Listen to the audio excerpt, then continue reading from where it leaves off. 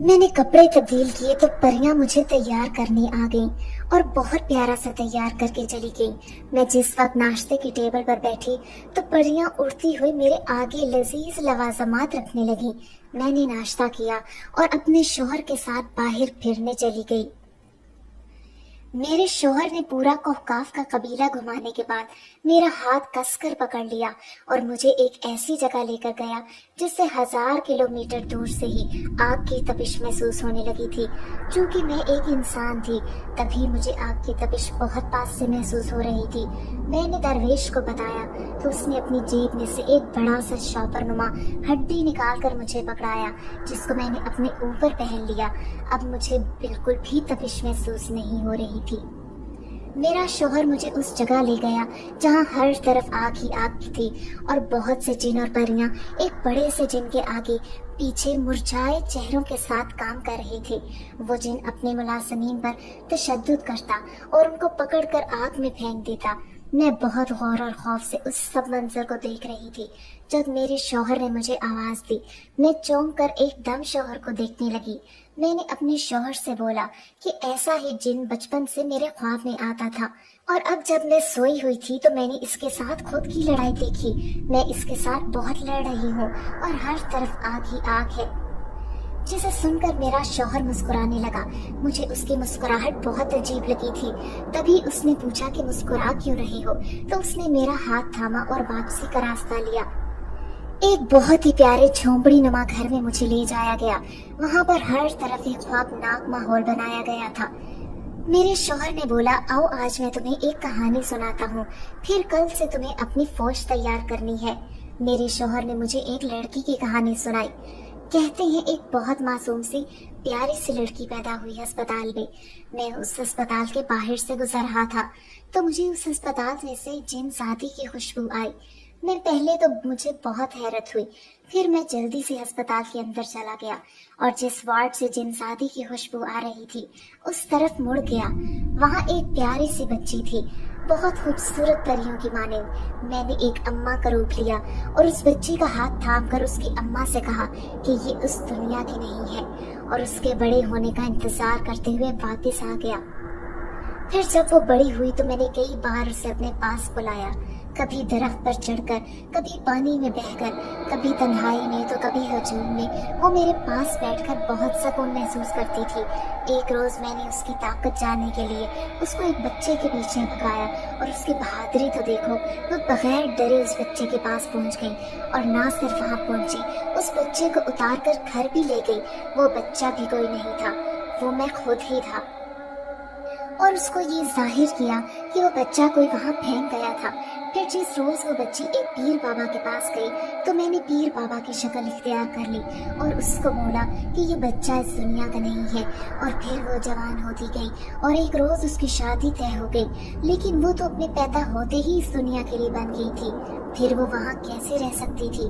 اسی لیے میں اسے چھپ کر یہاں سے لے آیا۔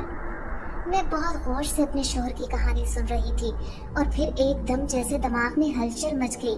یہ کہانی تو جیسے کہیں سنی ہوئی تھی یا کہیں دیکھی ہوئی تھی۔ میں نے دماغ پر زور ڈالا تو اس کہانی میں خود کو وہ بچی پایا۔ میں نے حیرت سے اپنے شوہر کی طرف دیکھا جو مسکرا رہا تھا۔ میرے تو پیروں کے نیچے سے زمین نکل گئی تھی۔ میں نے اپنے شوہر سے پوچھا کہ برکت کا پیڑ کون تھا، تو میرے شوہر بولا کہ برکت کے پیڑ پر میں رہا کرتا تھا اور اس ندی کے ذریعے میں اپنی دنیا میں واپس آتا تھا۔ لیکن ایک بات جو مجھے پریشان کر رہی تھی وہ یہ تھی کہ گاؤں کی لڑکیوں کا اس برکت کے پیڑ سے کیا لینا دینا تھا، اور میری سہیلی کا اس سے لٹک کر مر جانا کیا تھا۔ جب اس بات کا ذکر میں نے اپنے شوہر سے کیا تو وہ بولے کہ میری سہیلی کو میرے شوہر نے نہیں بلکہ اسی سردار نے مارا تھا جس کے ساتھ تمہاری جنگ ہے، پرستان واسیوں کی خاطر، اور وہ تمام لڑکیاں بھی اسی سردار کے قبضے میں ہیں۔ اب مجھے اس سردار پر غصہ آنے لگا تھا۔ میرا شوہر مجھے بات بتا رہا تھا، ایک دم میری طرف حیرت سے دیکھنے لگا۔ میں نے جب اپنے شوہر کی طرف دیکھا تو اسے سوالیہ نظروں سے دیکھا تو وہ خوشی سے اچھل پڑے اور کہنے لگے، اب تم بالکل تیار ہو جنگ کے لیے، کیونکہ تمہارے اندر جن زادیوں والی تمام طاقتیں آ گئی ہیں۔ اس پر میرا انسان ہونا سردار کو فنا کر دے گا۔ میں نے اپنے شوہر سے پوچھا کہ ان کو کیسے پتا چلا، تو انہوں نے بولا کہ جب میں غصہ کر رہی تھی تب میری آنکھوں سے شعلے برس رہے تھے۔ مجھے بھی بہت خوشی محسوس ہو رہی تھی کہ میں کسی کے کام تو آؤں گی۔ میرے شوہر نے مجھے کل تک سونے نہ دیا، لیکن میری آنکھوں میں نیند کا ہلکا سا بھی خمار نہیں تھا۔ اگلے روز میرے شوہر نے میرے ساتھ لاکھوں جنوں کی فوج تیار کی۔ پریوں نے میری نظر اتاری اور مجھے لے کر سردار کی نگری کے پاس چھوڑ دیا۔ میں ابھی ایک قدم سردار کی نگری میں رکھا ہی تھا کہ ایک دم زمین دہل گئی اور ہر چیز الٹ پلٹ ہونے لگی۔ ابھی جنگ شروع نہیں ہوئی تھی کہ ہر طرف تباہی مچ گئی تھی۔ بہت سے سردار کے سپاہی جو بہت ہی بدصورت تھے ہم سے مقابلہ کرنے کو آئے۔ میرے اور سردار کے بہت سے سپاہی مارے گئے اور آخر میں بس میں اور سردار بچا تھا۔ مجھے ایک پل کو خود محسوس ہوا اور پھر میں نے پرستان کی تمام پری ساتھیوں کو دیکھا جو میرے آس پاس بیٹھی ہوئی تھی۔ ہر طرف آگ برس رہی تھی۔ بہت سے ملازم ابھی بھی میرے سپاہیوں کے ساتھ کھڑے تھے۔ میری اور سردار کی لڑائی بہت زبردست ہوئی تھی۔ بہت سی زرہیں مجھے لگیں اور بہت سی میں نے سردار کو لگائی۔ کافی دیر لڑائی کے بعد اب باری تھی آخری وار کی۔ میں نے سردار کے پاؤں کے پاس جا کر اس کے پیر میں ابا کا لایا ہوا تعویذ باندھ دیا جو جلدی میں اپنے ساتھ لے آئی تھی۔ میرا تعویذ باندھتے ہی سردار جن خاک ہو گیا اور راکھ ہو کر ہوا میں بکھر گیا۔ تمام پریاں، لڑکیاں اور جن آزاد ہو چکے تھے۔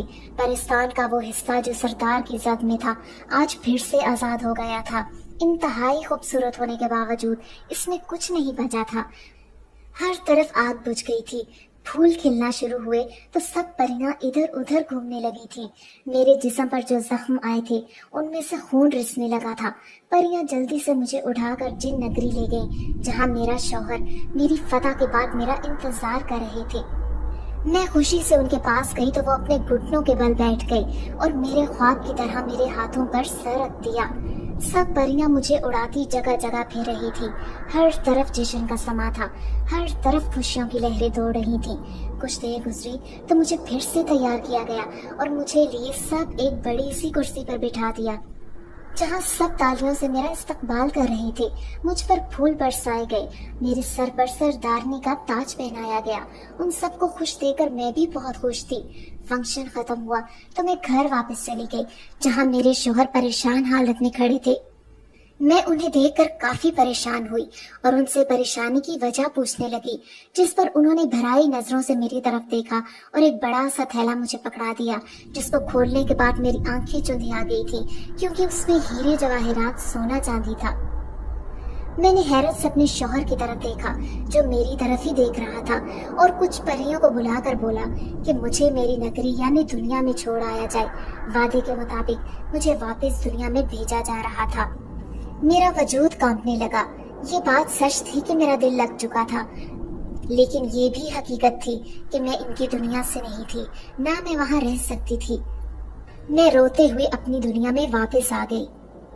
سب حیران تھے کہ میں واپس کیسے آئی۔ سب نے مجھ سے پوچھا کہ اتنے سال میں کہاں تھی، جس پر میں نے کچھ نہیں کہا اور اپنے کمرے میں چلی گئی۔ میری بہن کی شادی ہو چکی تھی، اس کے 2 بچے بھی تھے۔ اب تو ہر ماں باپ خوشی خوشی اپنی بیٹی کی شادی کرتا تھا۔ گاؤں پر سے بلا ٹل گئی تھی۔ سب لوگ خوشی خوشی برکت کے درخت کے پاس جاتے، ندی میں نہاتے، لیکن اس سب میں واحد میں تھی جو افسردہ تھی۔ اماں میرا رشتہ دیکھنے لگی تو میرا دل بے چین ہونے لگ جاتا۔ میں سارا دن روتی رہتی اور اپنے جن شوہر کو یاد کرتی رہتی۔